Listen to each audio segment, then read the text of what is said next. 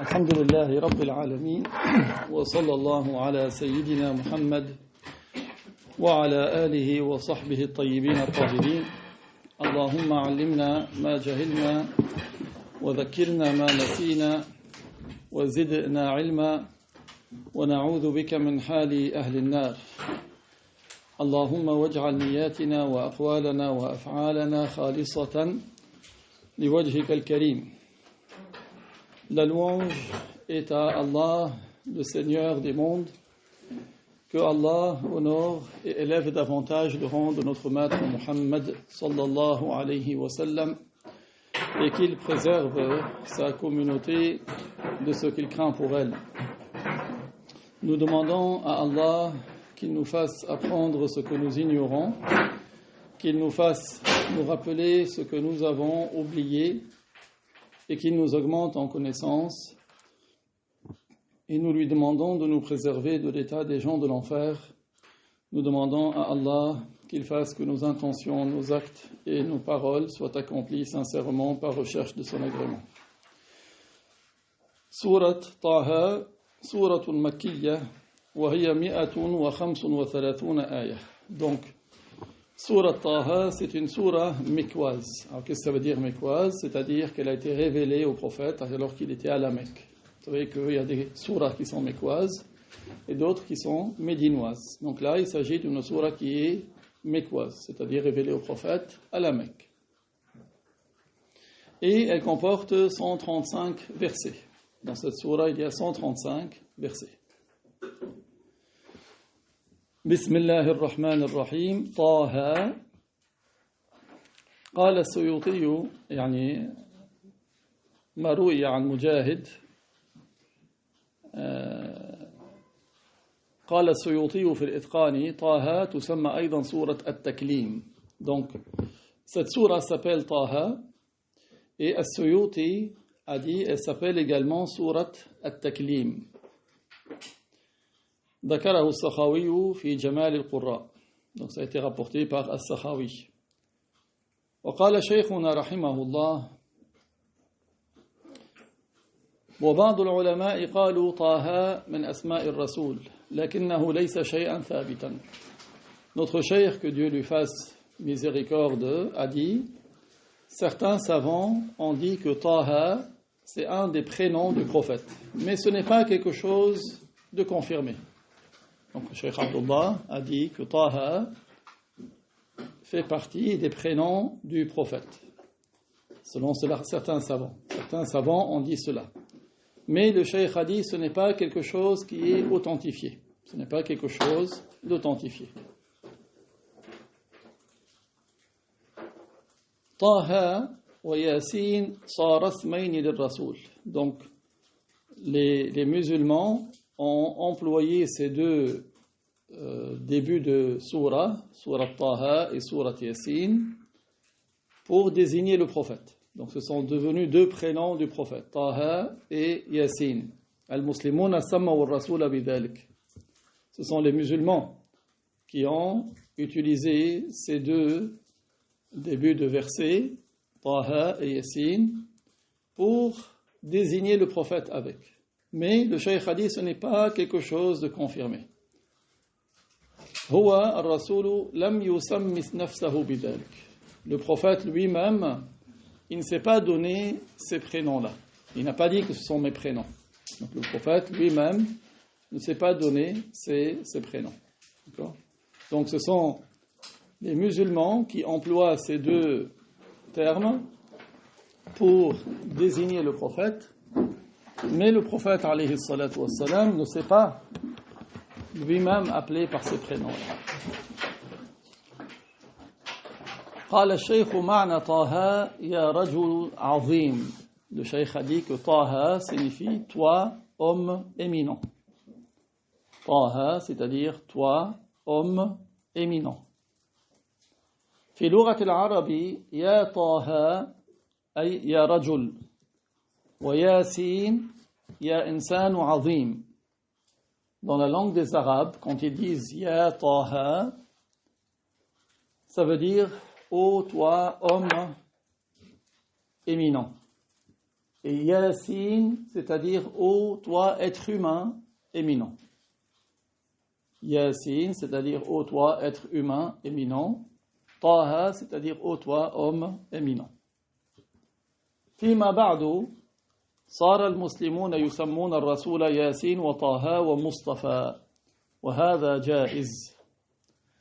C'est plus tard que les musulmans se sont mis à appeler le messager Yasin, Taha, Mustafa. Donc Mustafa signifie élu. Donc c'est par la suite que les musulmans ont employé ces mots pour désigner le prophète. Et le cheikh a dit, ça c'est autorisé. C'est autorisé. ويجوز أن يقال النبي المختار. Il est valide également de dire, d'appeler notre prophète le prophète élu.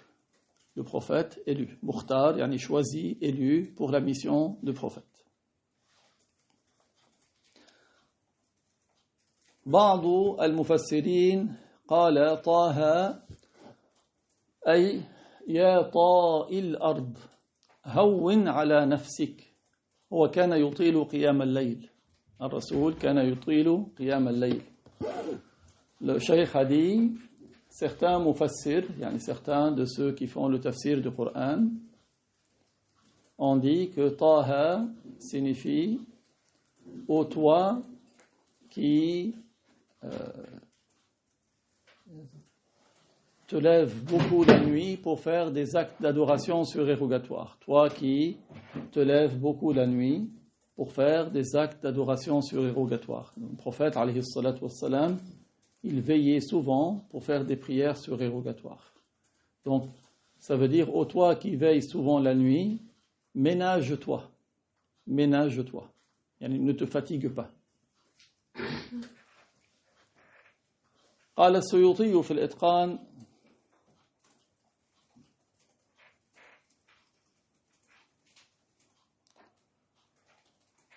ثم إنه تعالى ذكر حروفا مفردة وحرفين وثلاثة وأربعة وخمسة لأن تراكيب الكلام على هذا النمط ولا زيادة على الخمسة.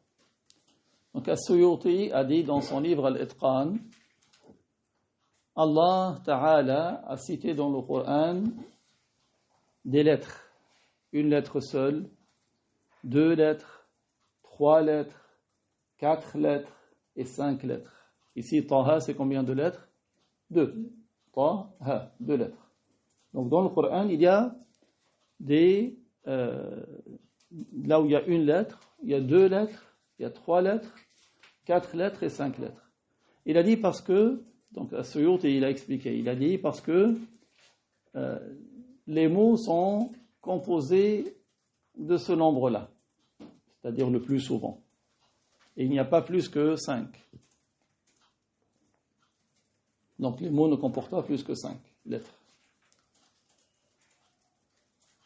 وقيل هي أمارة جعلها الله لأهل الكتاب أنه سينزل على محمد كتابا في أول صور منه حروف مقطعة. Et il a été dit, donc là quand vous savez quand les savants disent il a été dit, qila, c'est pour dire que c'est un degré de confiance plus faible. D'accord? Quand les savants ils disent il a été dit, qila, c'est pour indiquer un degré de confiance plus faible. Il a été dit que ces mots qui sont dans le Coran sont des signes que Allah a donnés pour les gens du livre. Ce sont des signes que Allah a donnés aux gens du livre. Qu'il sera révélé à Muhammad sallallahu alayhi wa sallam, qu'il sera révélé à Muhammad sallallahu alayhi wa sallam un livre, et qui comporte dans le début de certaines sourates, des lettres. Comme cette sourate que nous sommes en train d'étudier, c'est Taha. Donc il y a des sourates qui comportent des lettres qui ne sont pas des mots. C'est des lettres qui ne sont pas des mots. قال هذا ما وقفت عليه من الأقوال في أوائل السور من حيث الجملة وفي بعضها أقوال أخر فقيل إن طه وياسين بمعنى يا رجل أو يا محمد أو يا إنسان. Donc As-Suyuti, il poursuit, il dit, c'est un des avis que j'ai trouvé pour l'expliquer. C'est un des avis que j'ai trouvé pour l'explication des débuts des surahs, du début de certaines surahs. En général.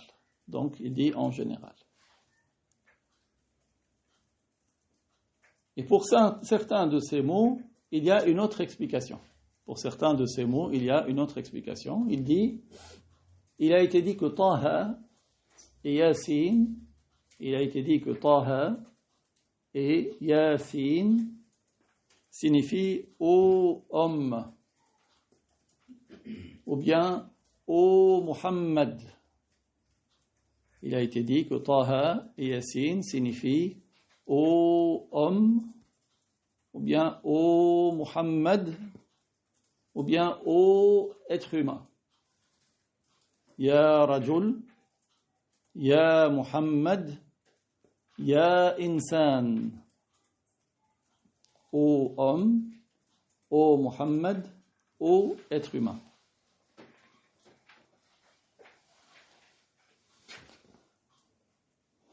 وقيل هما اسمان من أسماء النبي صلى الله عليه وسلم. Il a été dit qu'il s'agit de deux prénoms du prophète sallallahu alayhi wa sallam. Donc Taha et Yasin, il a été dit que ce sont deux prénoms du prophète sallallahu alayhi wa sallam. قال الكرماني في غرائبه ويقويه في ياسين قراءة ياسين. وقيل طه أي طاء الأرض أو اطمئن فيكون فعل أمر والهاء مفعول.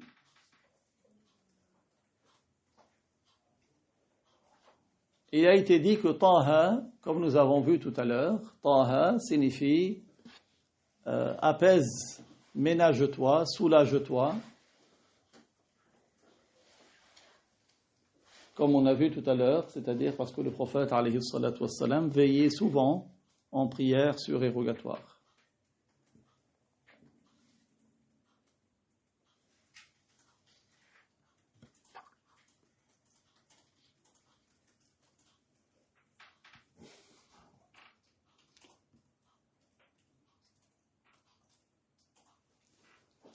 Ça, c'est le premier verset. Le deuxième. ما أنزلنا عليك القرآن لتشقى أي إن جعلت طه يقول النسفي إن جعلت طه تعديدا لأسماء الحروف فهو ابتداء كلام وإن جعلتها اسما للسورة احتملت أن تكون خبرا عنها وهي في موضع المبتدأ والقرآن ظاهر أوقع موقع المضمر لأنها قرآن ويكون جوابا لها وهي قسم لتشقى لتتعب لفرط تأسفك عليهم وعلى كفرهم وتحسرك على أن يؤمنوا أو بقيام الليل. Donc le deuxième verset globalement Al-Nasafi dit ça veut dire nous ne t'avons pas fait descendre le Coran pour t'éprouver. Nous ne t'avons pas fait descendre le Coran pour t'éprouver, pour que tu sois éprouvé. Tellement tu es désolé pour eux et pour leur mécréance. Tellement tu es désolé pour eux et pour leur mécréance. C'est-à-dire le fait que tu regrettes qu'ils ne deviennent pas des croyants. Le fait que tu regrettes que les mécréants de Quraysh ne deviennent pas musulmans. Donc le Coran, nous ne te l'avons pas révélé pour que tu sois triste. Ce n'est pas pour que tu sois désolé du fait qu'ils ne deviennent pas musulmans. Nous ne t'avons pas fait descendre le Coran pour t'éprouver. Tellement tu es désolé pour eux tellement tu es désolé pour leur mécréance, tellement tu te désoles qu'ils ne deviennent pas des croyants. Donc ça, c'est une explication. Nous ne t'avons pas fait descendre le Coran pour que tu sois éprouvé parce que tu es désolé de leur mécréance, ou nous ne t'avons pas fait descendre le Coran pour que tu sois éprouvé par la veillée de nuit. Donc une première explication, nous ne t'avons pas fait descendre le Coran pour que tu sois éprouvé parce que tu es désolé qu'ils ne rentrent pas en islam. Et deuxième explication, nous ne t'avons pas fait descendre le Coran pour que tu sois éprouvé par les veillées de nuit en prière surérogatoire. Par les veillées de nuit en prière surérogatoire. فإنه روي أنه عليه السلام صلى بالليل حتى تورمت قدماه فقال له جبريل أبقي على نفسك فإن لها عليك حقا أي ما أنزلناه لتنهك نفسك بالعبادة وما بعثت إلا بالحنيفية السمحة. Il a été rapporté, donc c'est toujours un Nasafi qui explique, il dit, toujours pour ce deuxième verset, il a été rapporté que le prophète alayhi salam avait tellement fait des prières la nuit, que le prophète alayhi salam était tellement resté debout pour faire des prières surérogatoires la nuit, que cela avait entraîné quelque chose dans son pied. Il y a eu un effet sur ses pieds. D'accord ? Alors Jibril lui a dit, ménage tes forces. Jibril lui a dit, ménage tes forces. Ton corps et ton âme a un droit sur toi. Ton corps a un droit sur toi. Autrement dit, nous ne t'avons pas révélé le Coran, nous ne t'avons pas révélé le Coran pour que tu t'épuises dans l'adoration. Nous ne t'avons pas révélé le Coran pour que tu t'épuises dans l'adoration. Et tu n'as été envoyé qu'avec la loi qui est belle et facile. Tu n'as été envoyé qu'avec la loi qui est belle et facile. Comme vous savez, la loi de notre maître Mohammed sallallahu alayhi wa sallam est la plus facile des lois par rapport aux lois des autres prophètes. Dans les lois des autres prophètes, par exemple, quand ils devaient faire la prière, ils ne pouvaient l'accomplir que dans des lieux dédiés. Même si quelqu'un se trouvait très très très loin de l'endroit de leur lieu de prière, ils devaient se rendre jusqu'à cet endroit-là pour y faire la prière. Tandis que la communauté de notre maître Mohammed, il nous est possible de faire la prière même chez nous à la maison, même dans notre lieu de travail. Le verset numéro 3. Donc, Taha, ma anzalna alayka al-Qur'ana litashqa, illa tadhkiratan liman yakhsha. Illa tadhkiratan liman yakhsha. Ay lakin anzalnahu tadhkiratan liman yakhsha et liman yakhafu Allah. Ou liman ya'ulu amruhu ila al-khashyah. Donc, verset numéro 3 signifie « Nous avons révélé ce Coran en tant que rappel. » Nous avons révélé le Coran en tant que rappel, tadhkira. Wa dhakkir fa inna dhikra tanfa'ul mu'minin. Fait le rappel. Le rappel est utile pour les croyants. N'est-ce pas que tous les vendredis, les musulmans ils vont à la mosquée pour faire la prière du vendredi? Et qu'est-ce qu'il y a un pilier de la prière du vendredi, du discours du vendredi? Le rappel à la piété.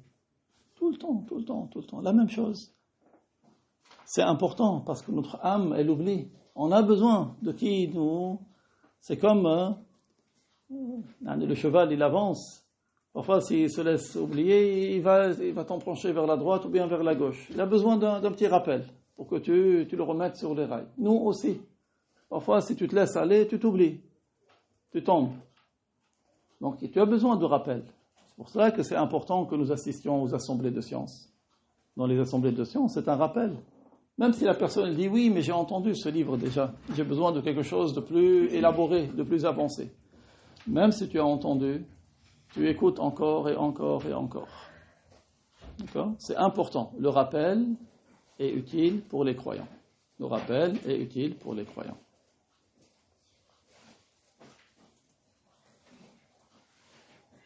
Ou bien, donc, nous ne l'avons révélé qu'en tant que rappel pour ceux qui craignent Dieu. Pour ceux qui craignent Dieu. Ou pour celui qui va craindre Dieu. Nous ne l'avons descendu qu'en tant que rappel pour ceux qui craignent Dieu, yakhafullah, ou pour celui qui va craindre Dieu. Parfois, tu as des gens, ils sont loin de la religion. Donc, à date, le Coran, ils ne craignent pas Dieu. Mais après, Allah les guide. Donc, le Coran est bénéfique pour ceux qui craignent Dieu ou ceux qui vont être amenés à craindre Dieu. Ou pour ceux qui sont amenés à craindre Dieu. تنزيلا ممن خلق الأرض والسماوات العلى. Le verset numéro 4. تنزيلا بدل من تذكرة إذ جعل حالا. قال شيخ الإسلام الشيخ الهراري هذا أقرب.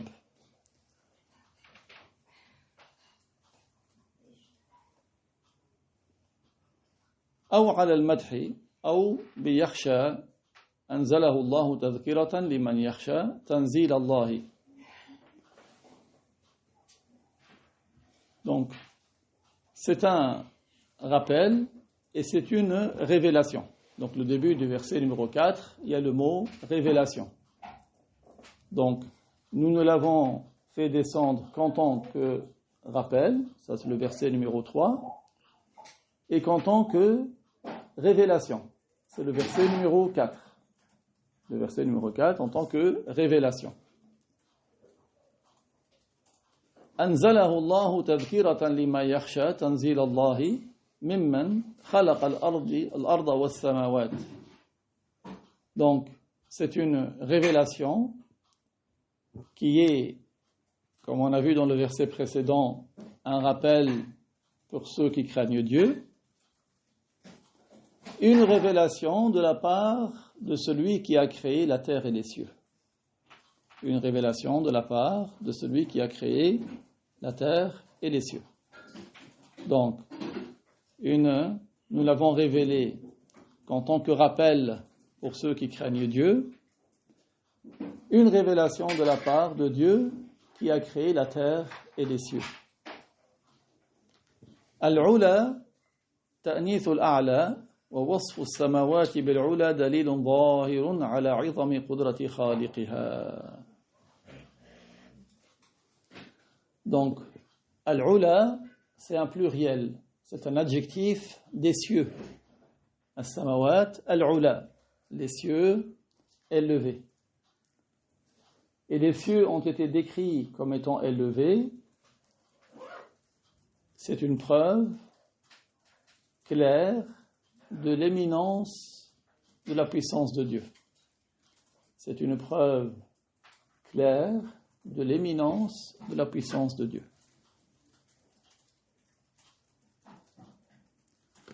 تنزيلا ممن خلق الأرض والسماوات العلى الرحمن على العرش استوى.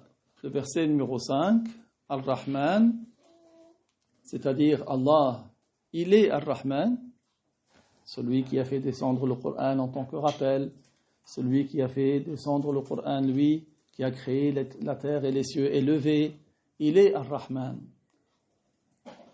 Et comme vous savez, Ar-Rahman, c'est celui qui est très miséricordieux pour les croyants et les mécréants dans ce bas monde et pour les croyants uniquement dans l'au-delà.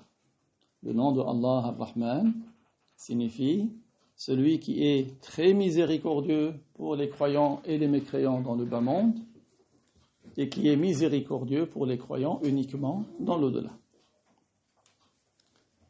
Ala al-arsh istawa, istawla an az-zajjaj. Donc Nasafi, il explique Ala al-arsh istawa, istawa par istawla. Vous voyez, c'est pas le Cheikh Abdullah qui a donné cette explication, c'est un savant qui a vécu il y a 8 siècles, qui dit que istawa signifie istawla, c'est-à-dire que al-arsh, il est sous la toute-puissance de Dieu. Il n'a pas expliqué istawa par s'asseoir ou s'établir, parce qu'Allah, il n'est pas un corps. D'accord? Istawa signifie istawla. Ici, d'après Az-Zajjaj. C'est qui Az-Zajjaj? C'est un grand spécialiste de la langue arabe. Az-Zajjaj, c'est un grand spécialiste de la langue arabe. Il a dit istawla. Qala an-Nasafi. Istawla, c'est-à-dire, il le domine par sa puissance. Allah domine le trône par sa puissance. C'est ça le sens. Istawa ne veut pas dire s'établir, comme vous le trouvez dans les copies de soi-disant traduction du Coran propagées par les wahhabites. Les wahhabites, ils veulent faire croire aux gens que Dieu est un corps qui est établi sur le trône. Ce n'est pas la croyance des musulmans.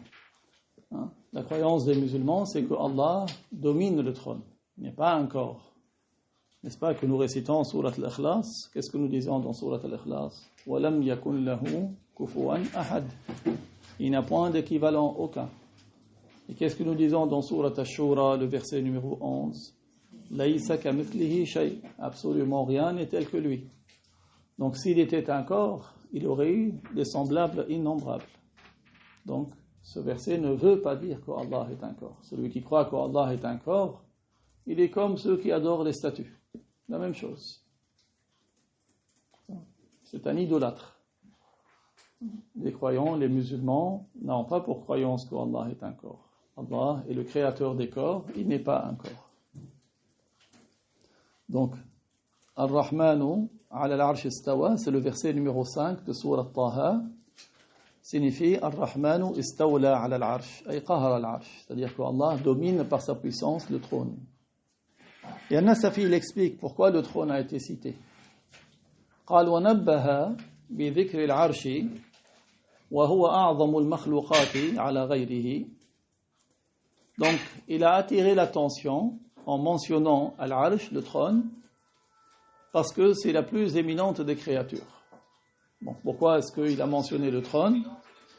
Parce que c'est la créature qui est la plus éminente. وقيل لما كان الاستواء على العرش وهو سرير الملك مما يردف الملك جعلوه كناية عن الملك فقالوا استوى فلان على العرش أي ملك وأن لم يقعد على السرير البتة وهذا كقولك يد فلان مبسوطة أي جواد وأن لم يكن له يد رأسا أي بالمرة.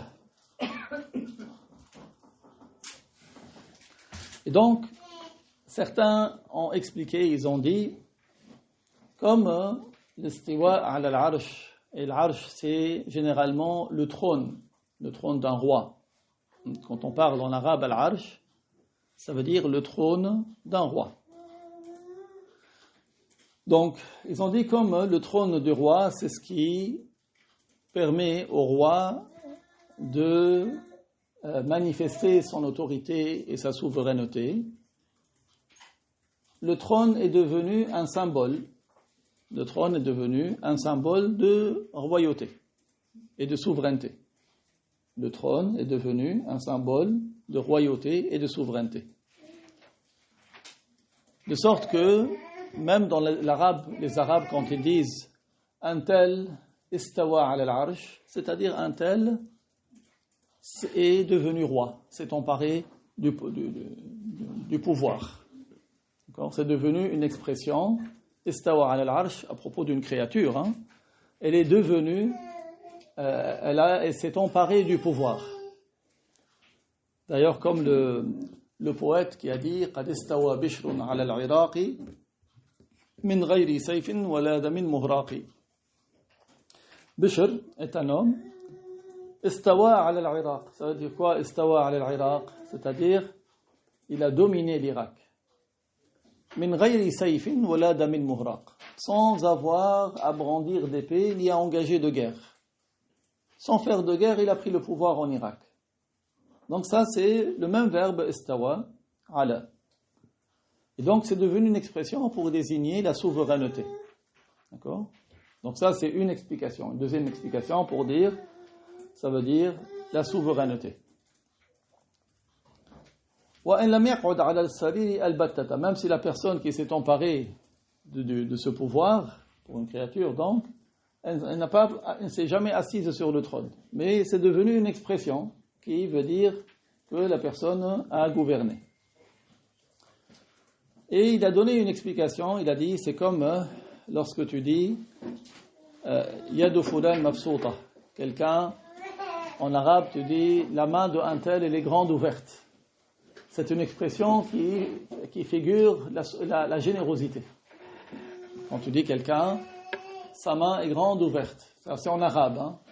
Ça veut dire que c'est quelqu'un qui est très généreux, même s'il n'a pas du tout de main, même si lui il a les mains coupées. D'accord? Tu dis que quelqu'un il a la main grande ouverte. Ça c'est une expression, en français c'est pas tout à fait ça qu'on dit, mais pour vous, j'ai traduit de mot à mot une expression en arabe pour indiquer qu'il y a des figures idiomatiques, des phrases qui reviennent pour signifier autre chose. النسفي il poursuit, il dit والمذهب قول علي رضي الله عنه الاستواء غير مجهول. قال الشيخ رحمه الله أي ثبوته في الشرع معلوم ليس مجهولا أي الاستواء شيء أثبته الشرع. Et donc النسفي il dit ce qu'il convient de dire à propos de ce verset 5 de Sourate Taha, Ar-Rahmanu ala al-Arsh istawa, c'est ce qu'a dit notre maître Ali. Notre maître Ali, qui est le 4e calife, que Allah l'agrée, il a dit Al-istiwa'u ghayru majhoul. L'istiwa n'est pas inconnu. Le Cheikh Abdullah, il a expliqué qu'est-ce que ça veut dire quand il a dit il n'est pas inconnu. Ça veut dire que la confirmation de l'istiwa est connue dans la loi. La confirmation de l'istiwa est chose connue dans la loi. Ce n'est pas quelque chose d'inconnu. L'istiwa, la loi l'a confirmé. La loi de l'islam l'a confirmé, notamment par ce verset. Verset 5 de Surat Taha. Ar-Rahmanu ala al-Arsh istawa. Donc, l'istiwa, il est confirmé dans la loi. Il n'est pas inconnu. وَالتَّكْيِيفُ غَيْرُ مَعْقُولٍ. Ça, c'est la suite de la parole de Ali. وَالتَّكْيِيفُ غَيْرُ مَعْقُولٍ. Et le comment est inconcevable. Notre maître Ali, il a dit, l'istiwa n'est pas inconnu, ça veut dire qu'il est confirmé dans la loi, mais le comment est inconcevable. C'est-à-dire ce n'est pas valide selon la raison qu'il y ait un comment. On ne dit pas comment il est, d'accord? Le comment, c'est tout ce qui est caractéristique des créatures. Le comment, c'est tout ce qui est des caractéristiques des créatures. Par exemple, être en mouvement, être immobile, être en contact, être séparé par une distance, tout ça, ce sont des comment. Donc, il est inconcevable au sujet de Allah qu'il y ait un comment. On ne dit pas qu'il est collé au trône ou au-dessus du trône par une distance, ou de la taille du trône, ou plus petit que le trône, ou plus grand que le trône. Tout ça, ce sont des comment. Donc le comment est inconcevable. C'est-à-dire ce n'est pas possible, selon la raison, que Dieu est un comment. C'est ça le sens de la parole de Ali. Al-istiwa'u ghayru majhoul. L'istiwa n'est pas chose inconnue. Pourquoi ce n'est pas chose inconnue? Parce que la loi de l'islam l'a confirmé. C'est un verset du Coran. وَالتَّكْيِيفُ غَيْرُ مَعْقُولٍ. Et l'attribution du comment est inconcevable. Je répète. Qu'est-ce que notre maître Ali a dit? Al-istiwa'u ghayru majhoul. L'istiwa n'est pas chose inconnue. Pourquoi ce n'est pas quelque chose d'inconnu? Parce qu'il est confirmé dans la loi, notamment ce verset 5 de sourate Taha. Wa at-takyifu ghayru ma'qul. Et le comment n'est pas concevable. Qu'est-ce que ça veut dire que le comment n'est pas concevable? C'est-à-dire, il n'est pas valide selon la raison. Le comment n'est pas valide au sujet de Dieu. Et c'est quoi le comment? Le comment, c'est tout ce qui est les caractéristiques des créatures. Le comment, c'est tout ce qui est caractéristique des créatures. Être devant, être derrière, être au-dessus, être en dessous, être de la même taille qu'eux, être plus petit qu'eux, être plus grand qu'eux, tout ça, ce sont des comment. Être en mouvement, être immobile, tout ça, ce sont des comment. Être de telle couleur, avoir tel degré de température, tout ça, ce sont des comment. Allah, il n'est pas qualifié par cela. Donc, quand il a dit « Wattakifu ghayru ma'qul », ça veut dire que le comment est inconcevable au sujet de Dieu. Le comment est inconcevable. C'est-à-dire la raison ne conçoit pas que Dieu est un comment. C'est-à-dire c'est impossible selon la raison. Tout comme la raison ne conçoit pas que Allah est un fils. C'est impossible selon la raison que Allah est un fils. Tout comme la raison ne conçoit pas que Allah est une fin ou un début. C'est impossible selon la raison que Allah est un début ou une fin. D'accord? Donc, c'est impossible selon la raison que Allah soit assis ou établi ou en contact ou séparé par une distance. D'accord? Tout cela, c'est impossible selon la raison. قال والمذهب قول علي رضي الله عنه الاستواء غير مجهول والتكييف غير معقول والإيمان به واجب والسؤال عنه بدعة. Donc Al-Nasafi poursuit, il dit la voie correcte c'est celle de Ali, la parole de Ali, qu'Allah l'agrée. L'istiwa n'est pas inconnu. Le comment n'est pas concevable. L'istiwa n'est pas inconnu. Le comment n'est pas concevable. Croire au istiwa est un devoir. Croire au istiwa est un devoir. Pourquoi? Parce que nous devons croire au Coran. Et l'istiwa, il est mentionné dans le Coran. D'accord? On doit croire au istiwa, mais avec un sens convenable. C'est pas croire au istiwa, ça veut dire croire que Dieu est établi. Ce n'est pas ça le fait de croire au istiwa. Croire au istiwa est un devoir. Et poser la question au sujet de l'istiwa, c'est une innovation, c'est une bid'ah. Poser la question à propos du comment, c'est une bid'ah. Parce que Dieu, il est exempt du comment. Donc, wasu'alu anhu bid'ah. C'est-à-dire poser la question à propos du comment de l'istiwa est une bid'ah, est une mauvaise innovation.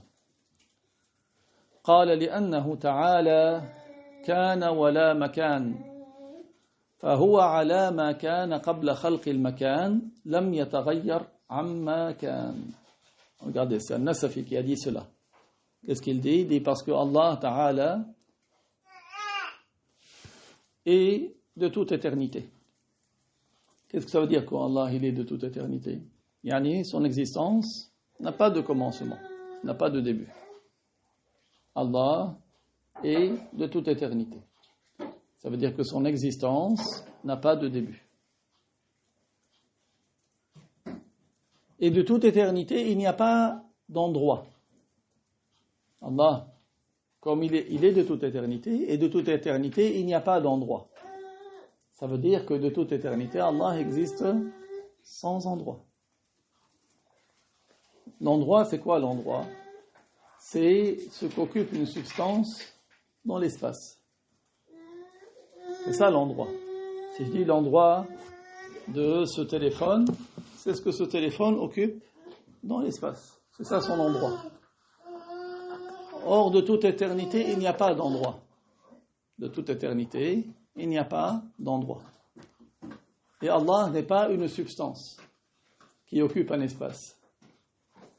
Donc Allah est de toute éternité et il n'y a pas d'endroit de toute éternité.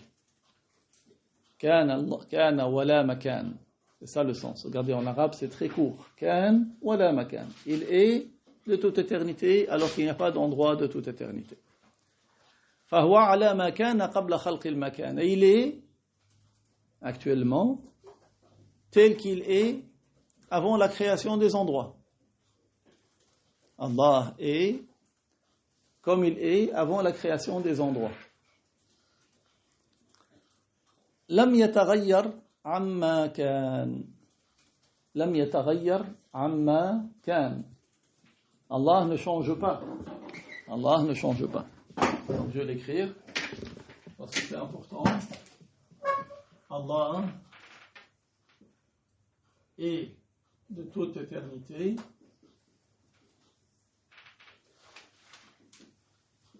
et il n'y a pas d'endroit de toute éternité. كان الله ولا مكان. Ça c'est la première phrase. فهو على ما كان قبل خلق المكان. Il est tel qu'il est avant la création de l'endroit. C'est-à-dire que, tout comme avant la création des endroits, il est sans endroit. Après la création des endroits, il n'a pas d'endroit. Il ne change pas. Parce que le changement, c'est la caractéristique de quoi? Des créatures. Nous, par la raison, comment nous avons connu, nous avons su que ce monde est créé, c'est par le changement. Le fait de voir le changement nous fait déduire par la raison que ce monde a un début et qu'il a besoin de qui lui a donné l'existence. Le changement, c'est la plus grande caractéristique de la créature. قال شيخنا رحمه الله هذه الآية لا يجوز حملها على القعود والجلوس. Le Cheikh Abdullah, il explique, en plus de ce que nous... Là, jusqu'ici, c'était la parole de An-Nasafi. Maintenant, c'est l'explication additionnelle de notre Cheikh. Le Cheikh a dit ce verset 5 de Sourate Taha, il n'est pas permis de l'expliquer dans le sens de la position assise. Il n'est pas permis d'expliquer ce verset dans le sens de la position assise. لأن القعود والجلوس من صفات البشر. Parce que le fait de s'asseoir est une des caractéristiques des humains. Le fait de s'asseoir, c'est une des caractéristiques des humains. فمن اعتقد ذلك فقد جعل الله مثل البشر. فمن اعتقد ذلك فقد جعل الله مثل البشر. Celui qui croit cela, qui croit qu'Allah est assis, il aura considéré qu'Allah est comme les humains. Celui qui croit qu'Allah est assis, il aura cru qu'Allah est semblable aux humains. الجلوس كيفما كان من صفات البشر. الجلوس كيفما كان من صفات البشر. Le fait de s'asseoir, quelle que soit la manière, regardez vous, là vous êtes assis sur des chaises, d'autres sont assis sur le sol. Quelqu'un peut s'asseoir dans un fauteuil. Quelle que soit la manière de s'asseoir, ça reste une caractéristique des humains. In kana tarabbu'an, que ce soit en étant assis en tailleur. Vous savez comment assis en tailleur? Donc, les jambes qui sont croisées en dessous de soi. Wa in kana qurfusa'a. Qurfusa, c'est la manière d'être assis, comme accroupi, comme qurfusa. comme celui qui est accroupi, prêt à se lever. D'accord. وإن كان توركا, التورك, comme c'est la position assise quand on fait le tashahhud dans la prière. D'accord. أو غير ذلك كله من صفات البشر. Tout cela, quelle que soit la manière de la position assise, ça reste une caractéristique des humains. Ça reste une caractéristique des humains. لم يقل أحد من الصحابة إن استواء الله على عرشه الجلوس.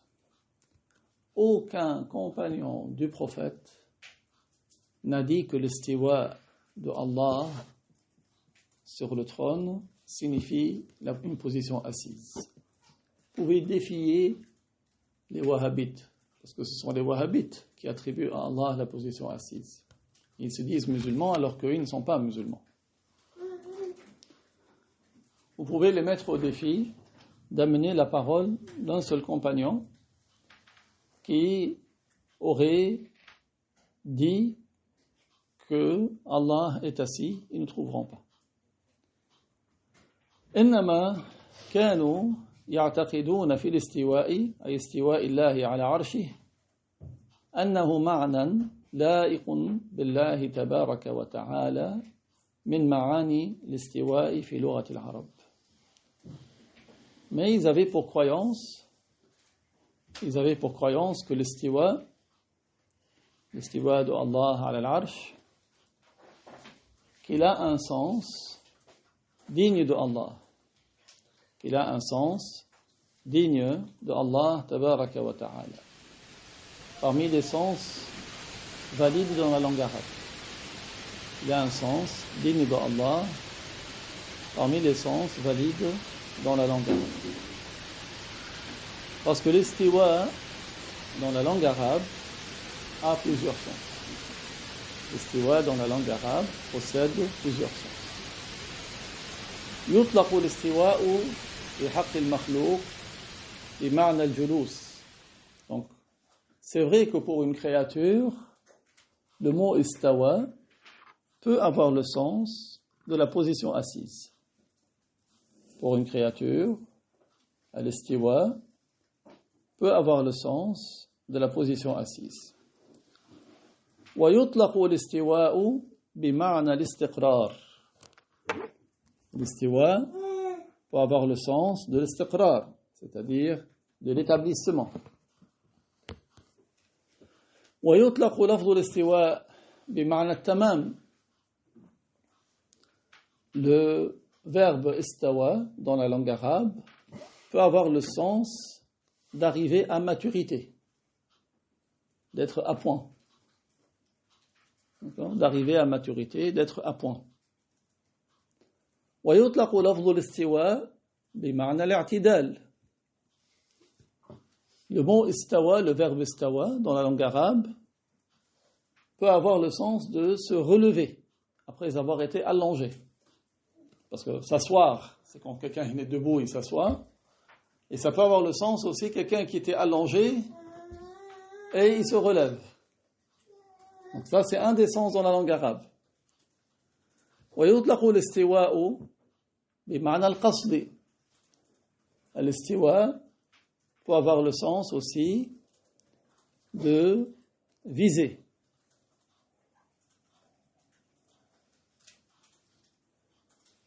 Est-ce que parmi vous, il y a quelqu'un qui a écrit tout ce que j'ai dit? C'est important pour que vous puissiez réviser par la suite. Parce que parfois, ce sont des occasions qui ne se retrouvent pas. Mais c'est important. Le mot istawa dans la langue arabe, il a 15 sens. 15. Il a ghayri dhalika min ma'ani l'istiwa et d'autres sens. Donc ici, ça n'a pas été exhaustif. On est bien d'accord. On a mentionné certains, le cheikh il a mentionné certains, mais il n'a pas mentionné tous les sens. قال ويطلق الاستواء بمعنى الاستيلاء والقهر. Ça c'est ce que nous allons bien, sur quoi on va bien insister. L'istawa peut avoir le sens de l'istila et de l'qahr. C'est quoi l'istila et l'qahr? C'est-à-dire s'emparer et dominer.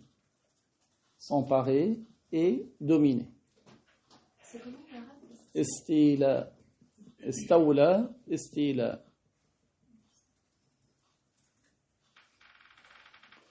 Ouais. S'emparer et dominer. S'emparer et dominer. ويطلق الاستواء بمعنى علو القدر. L'istiwa peut avoir le sens de l'élévation du degré. L'istiwa peut avoir le sens de l'élévation du degré. وهو الذي يليق في حق الله. Et ces deux derniers sens sont les sens qui sont dignes de Dieu. Donc, le sens de la domination et le sens de l'élévation du degré. Le sens de la domination et le sens de l'élévation en degré. المعنى الذي يليق بالله من معاني الاستواء هو الاستيلاء والقهر والعلو علو القدر ليس علو الجهة والمكان. Donc le cheikh a dit le sens qui est digne de Dieu parmi les sens de l'istiwa, c'est le fait, c'est l'istila et al-qahr qui signifie la domination. C'est l'istila et al-qahr qui signifie la domination. Et ulu al-qadr et l'élévation en degré.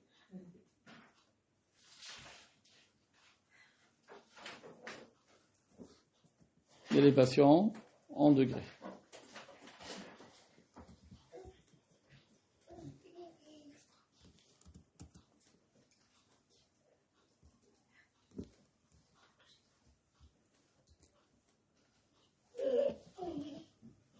ليس علو الجهة والمكان. Il ne s'agit pas de l'élévation de la direction et de l'endroit.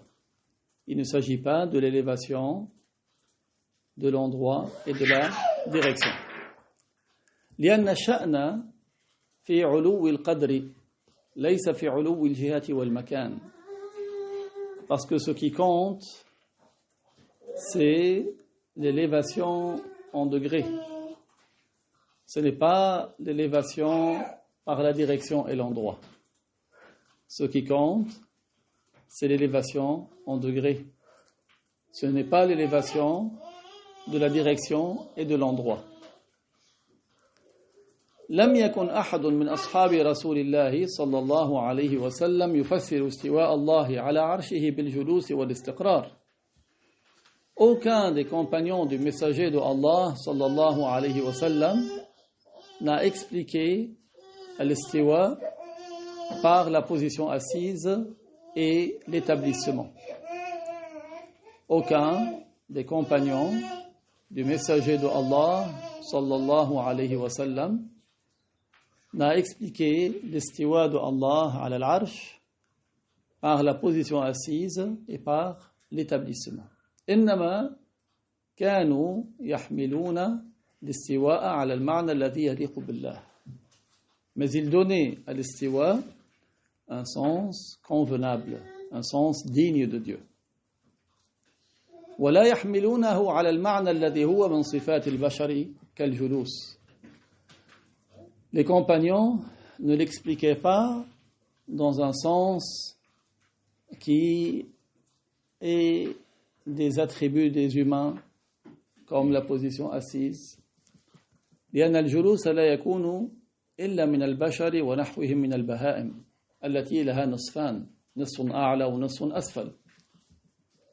Car la position assise ne peut avoir lieu que de la part des humains et ceux qui sont comme les humains, comme les animaux.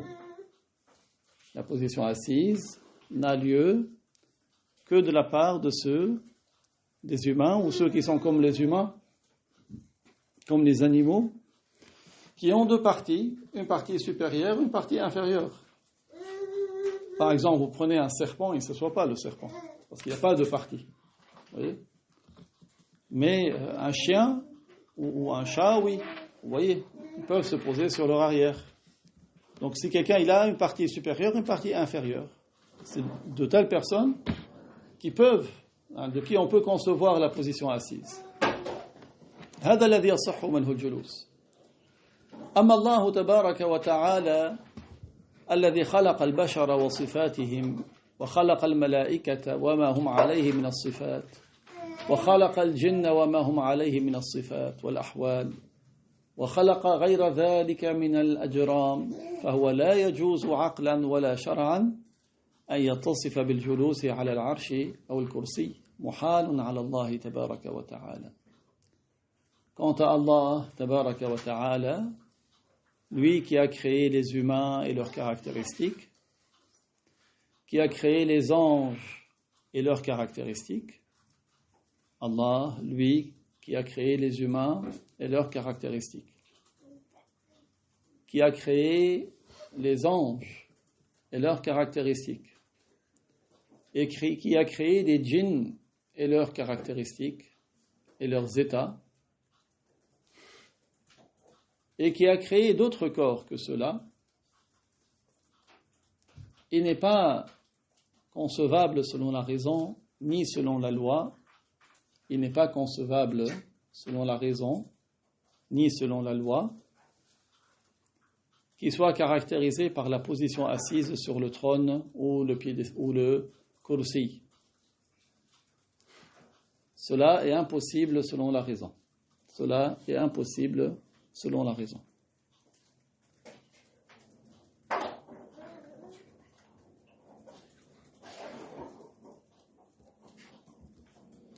Donc c'est un sujet qui est très important que nous poursuivrons, Inch'Allah, une autre fois.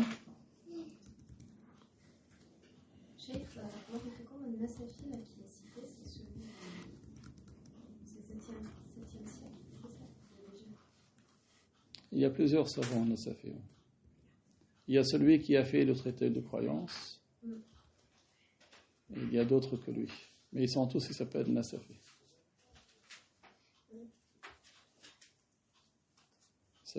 Il y a un qui est connu pour son traité de croyance et un qui est connu pour son tafsir. Et celui connu là pour le tafsir? Celui-là, c'est que celui qu'on est en train d'étudier. C'est celui qui est connu pour le tafsir. Et c'est 7e siècle. Je vous donnerai la date exacte, Inch'Allah. Et il avait cité le linguiste. Comment vous l'avez dit? Zajjaj. Comment? Az-Zajjaj. Az-Zajjaj? Oui. On prend quelques hadiths du prophète, alayhi salatu wassalam.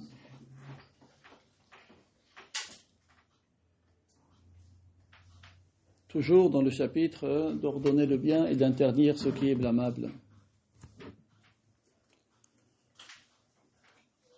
قال رحمه الله عن أبي الوليد عبادة بن الصامت رضي الله عنه قال بايعنا رسول الله صلى الله عليه وسلم على السمع والطاعة في العسر واليسر والمنشط والمكره المنشط والمكره أي السهل والصعب وعلى أثرة علينا وعلى أن لا ننازع الأمر أهله إلا أن تروا كفرا بواحا عندكم من الله تعالى فيه برهان وعلى أن نقول بالحق أينما كنا لا نخاف في الله لومة لائم.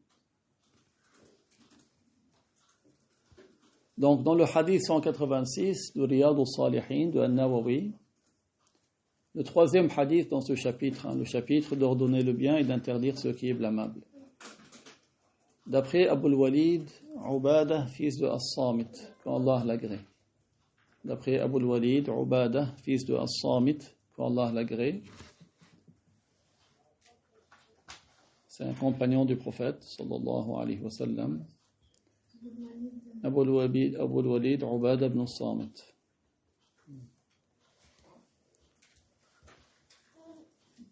Il a dit, nous avons fait allégeance au messager de Allah sallallahu alayhi wa sallam. Qu'est-ce que ça veut dire, nous avons fait allégeance? C'est-à-dire, nous nous sommes engagés. Nous avons promis. Nous avons fait allégeance, ça s'appelle en arabe baya'a. Nous avons fait allégeance au messager de Allah sallallahu alayhi wa sallam. C'est-à-dire, nous lui avons promis d'écouter et d'obéir. D'écouter la parole et d'obéir. dans la difficulté et dans la facilité. Certains, tu trouves quand tout va bien, calme, plat, beau temps, tu trouves, mashallah, du miel. À la moindre petite difficulté.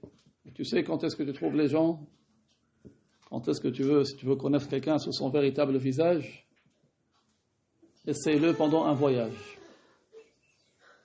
Pendant un voyage. Tu vois si c'est une personne qui se contrôle, qui a du sang-froid, ou c'est une personne qui, la moindre chose, parce que tu la mets dans une zone qui n'est pas sa zone de confort. Quand il n'est pas dans sa zone de confort, comment est-ce qu'il réagit? Est-ce qu'il réagit de la même manière, radical, stoïque, ou alors c'est quelqu'un qui se met à moindre perturbation, il va l'amplifier. Comme un ressort qui... Donc la moindre petite chose, la petite secousse, tu vois, ça y est, il part. Ou alors, une deuxième manière de tester la valeur des gens, c'est avec l'argent. Si tu lui prêtes, il ne rend pas, ou bien s'il veut, il mendie, il demande donne-moi, je suis mal, alors que ce n'est pas vrai. Ça aussi, c'est un test de la valeur des gens. Il y a d'autres tests. Mais aujourd'hui, retenez ces deux-là. Donc, nous lui avons promis d'écouter sa parole et de lui obéir, dans la difficulté et dans l'aisance, dans les situations faciles et les situations difficiles. Même, et de faire preuve d'altruisme. Même si c'est quelque chose de difficile, on supporte, on essaie de dépasser, de prendre sur nous, de prendre sur soi. Il y a des gens qui ne savent pas prendre sur soi, ils ne patientent pas. La vie, ici, ce n'est pas le paradis. Ici, c'est une résidence d'épreuve. Donc, il faut que tu apprennes à patienter. Tu patientes avec ton mari, avec ton épouse, avec ton père, avec ta mère, avec ton fils, avec ta fille, avec ta voisine, avec tes enfants, avec tes grands-parents. Il faut de la patience. Celui qui ne patiente pas, il rate des occasions. Et les occasions, peut-être elles reviennent, peut-être elles ne reviennent pas. Mais il est très important d'habituer son âme à la patience. Et de ne pas se rebeller contre les détenteurs du pouvoir. De ne pas se rebeller contre les détenteurs du pouvoir, sauf si nous constatons qu'ils font preuve de mécréance claire. Sauf s'ils font preuve de mécréance claire selon le jugement de Dieu, une manière qui ne comporte pas de sorte que ce soit argumenté d'un argument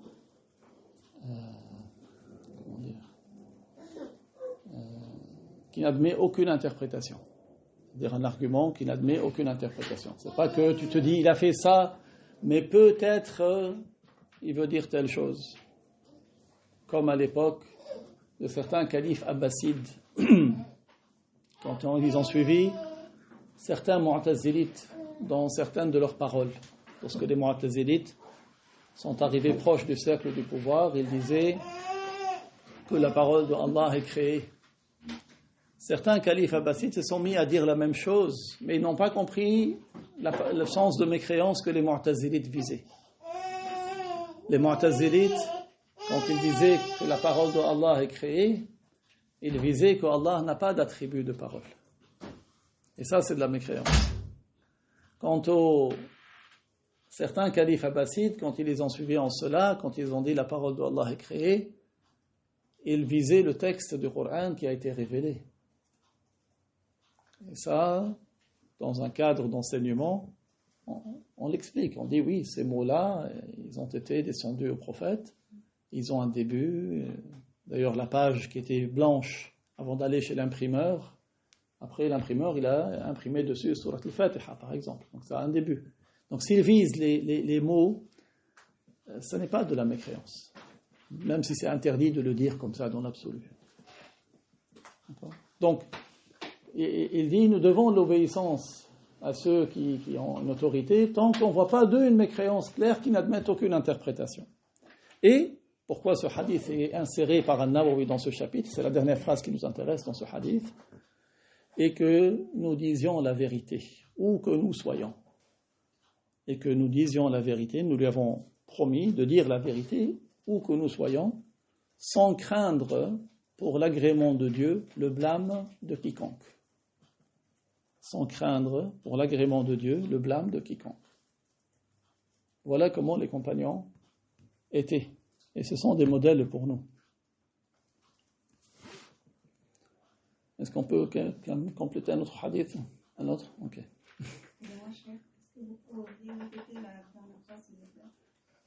Et que nous avons promis de dire la parole de vérité où que nous soyons, sans craindre pour l'agrément de Dieu le blâme de quiconque. Et le hadith 187, à Rabi', je veux dire directement en français, d'après An-Nu'man, fils de Bachir, que Dieu les agrée tous les deux.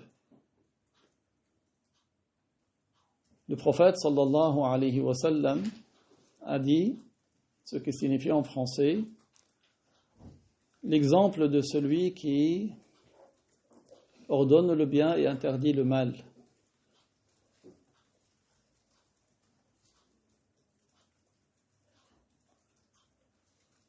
Et qui évite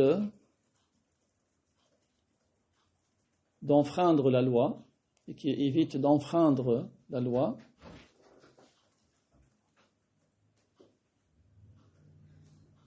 et celui qui n'interdit pas le mal,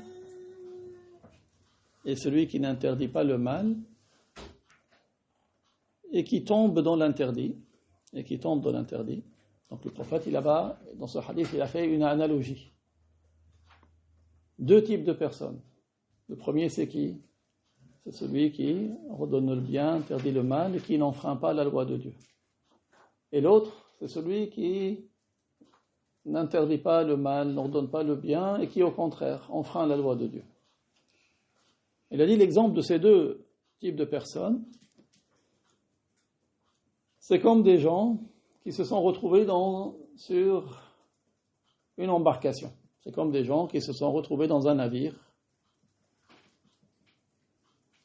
Et certains se sont retrouvés sur le pont supérieur et d'autres se sont retrouvés au pont inférieur. Donc le navire, imaginez, c'est un navire qui a 2 étages. Un qui est au-dessus et l'autre qui est au niveau de la cale.